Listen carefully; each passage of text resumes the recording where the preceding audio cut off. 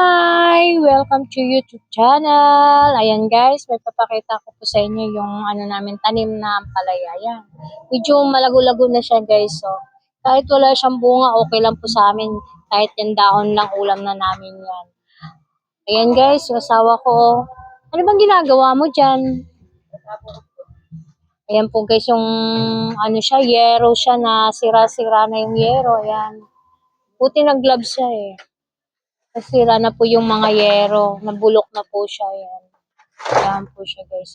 Ito po yung likod ng bahay namin guys. May mga puno po kami dito. Ayan po yung puno namin. Yung tinanim na niyog. Ayan din yung isa niyog. Ayan po may niyog po doon. Doon din meron. Ayan may ginagawa na naalis na yung yero. Kasi may tanim po kami dito na talbos guys. Ayan. Diba pagka may tanim ka, yan. Hindi siya makagapang kasi ayan yung mga nililinis pa ng asawa ko kasi matagal kasi kaming hindi kami tumira dito guys. Kaya medyo masokal pa kami dito. Ayan po guys. So, talbos po namin yan. May sili din kami dyan. Kapitbahay naman po namin yung kabila guys.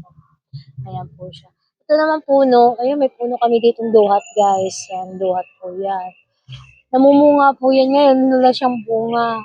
Matandang duhat na po yan. Tanim po ng tatay nila ng asawa ko yan.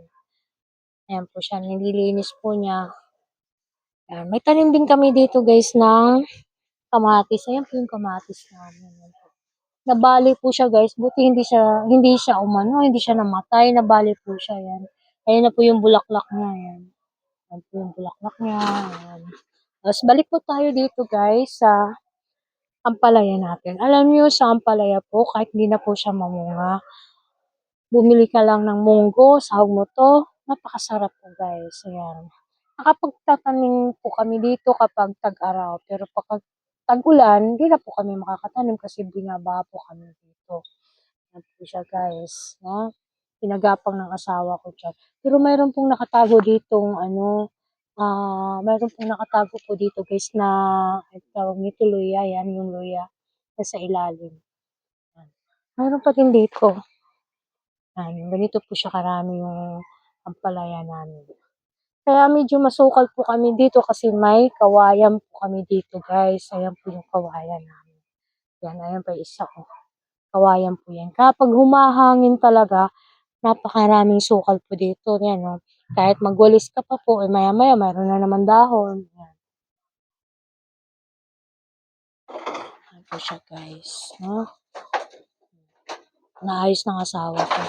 Kasi sira-sira na po siyang kawayan. Mag-ingat po kayo. Mag-ingat ka niyan. Ayan. Yan lang guys. Thank you po sa panonood. Sana supportahan pa niyo ako guys sa aking YouTube channel.